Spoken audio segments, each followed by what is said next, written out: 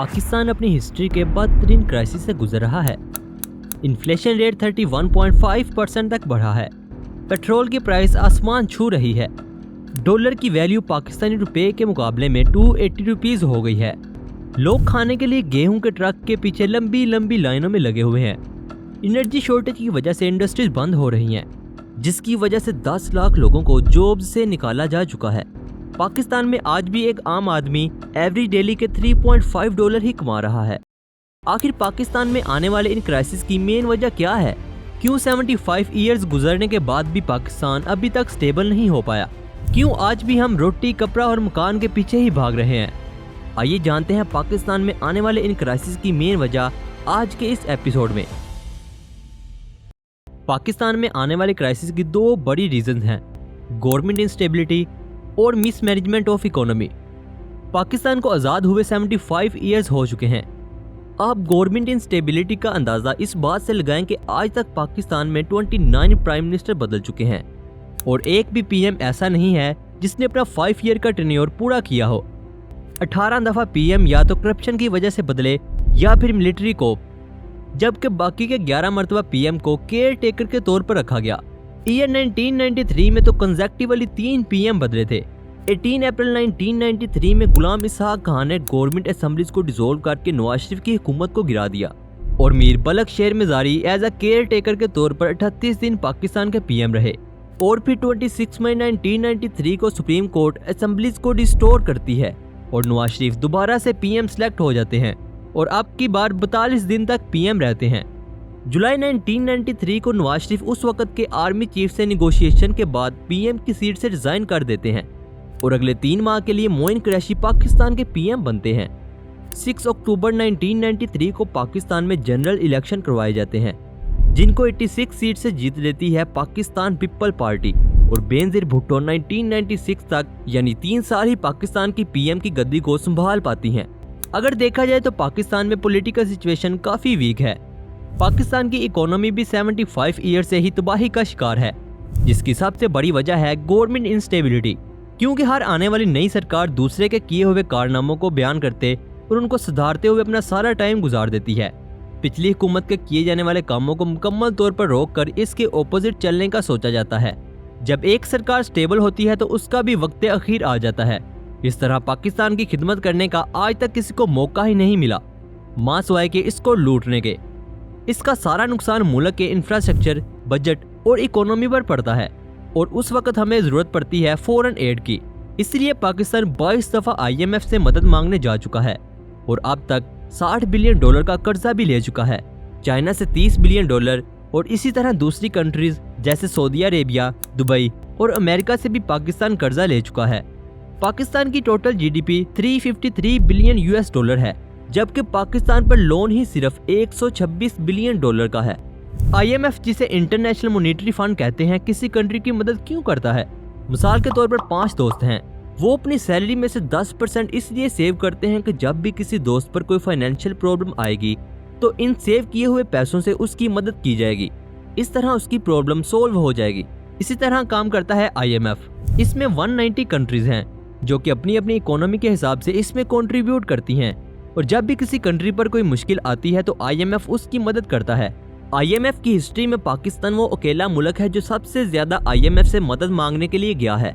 IMF किसी भी country को इस बिना पर लोन देता है कि उस कंट्री में IMF के रूल्स लागू होंगे। हाल ही में पाकिस्तान ने फिर से IMF की मदद मांगी, जिसके लिए IMF की टीम 10 दिन पाकिस्तान के विजिट पर इस्लामाबाद आई ताकि मुल्क की सिचुएशन देखी जाए और लोन दिया जाए।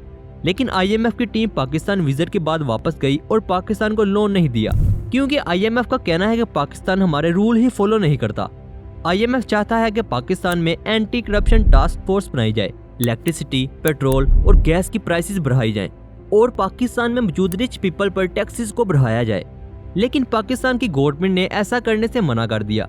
पेट्रोल, गैस और इलेक्ट्रिसिटी के प्राइस बढ़ाने से तो गरीब लोगों की मुश्किलात मजीद बढ़ेंगी, लेकिन एंटी करप्शन फोर्स बनाने और रिच लोगों पर टैक्सेस को बढ़ाने से मुल्क की इकोनॉमी बूस्ट करेगी। IMF की मैनेजिंग डायरेक्टर ने पाकिस्तान के विजिट के बाद अपने स्टेटमेंट में कहा कि पाकिस्तान में पब्लिक और प्राइवेट जॉब करने वाला अगर अच्छी सैलरी ले रहा है तो उसे चाहिए कि पाकिस्तान की इकोनॉमी का हिस्सा बने, यानी कि टैक्स पे करे लेकिन वो उल्टा गवर्नमेंट से मजीद सब्सिडीज लेता है, जबकि ये सब्सिडीज गरीब लोगों के लिए होनी चाहिए और उनको इससे फायदा उठाना चाहिए। अगर देखा जाए तो कहीं ना कहीं इस इकोनॉमी की तबाही की वजह करप्शन भी है। करप्शन के मामले में पाकिस्तान 27वें नंबर पर आता है। कोई भी मुल्क अपना लोन मुल्क में न्यू इन्वेस्टमेंट करके वापस करता है, लेकिन पाकिस्तान के मामले में ऐसा मुमकिन ही नहीं है, क्योंकि करप्शन के ज्यादा होने की वजह से और इन्वेस्टर्स को कोई भी बेनिफिट्स ना मिलने की वजह से बाहर के इन्वेस्टर्स पाकिस्तान में बहुत कम इन्वेस्ट करते हैं। जैसे कि अब सिर्फ चाइना ही पाकिस्तान में इन्वेस्ट कर रहा है, वो भी सिर्फ अपने मकसद के लिए। पाकिस्तान फॉरेन इन्वेस्टमेंट फंड यानी बाहर के इन्वेस्टर से जहां 1.22 बिलियन डॉलर कमाता था, इस साल पाकिस्तान की FDI रिपोर्ट 44% तक ड्रॉप हुई है। यानी पाकिस्तान इस साल 683 मिलियन डॉलर ही FDI से हासिल करेगा। पाकिस्तान में बाहर के इन्वेस्टर्स तो दूर की बात, पाकिस्तान के अपने लोग ही पाकिस्तान में इन्वेस्ट नहीं कर रहे। एक रिपोर्ट के मुताबिक पाकिस्तान दुबई में तीसरा बड़ा रियल एस्टेट का इन्वेस्टर है और इसी तरह पाकिस्तान के इन्वेस्टर्स अमेरिका में भी इन्वेस्ट करते हैं। अगर यही इन्वेस्टर्स पाकिस्तान में इन्वेस्ट करें तो पाकिस्तान की इकोनॉमी मजीद ग्रो करेगी। ये सारा कुछ वहाँ की टैक्स फ्री पॉलिसी और करप्शन के ना होने की वजह से किया जाता है, जिसका पाकिस्तान की इकोनॉमी को कोई फायदा ही नहीं होता। लो टैक्स कलेक्शन भी पाकिस्तान की इकोनॉमी में एक बहुत बड़ा मसला है, क्योंकि पाकिस्तान में बहुत से बिजनेसमैन ऐसे हैं जो कि टैक्स पे करते ही नहीं, या फिर ज्यादा टैक्स पे ना करने की वजह से अपने बिजनेस और अर्निंग के बारे में गवर्नमेंट को मुकम्मल तौर पर बताते ही नहीं।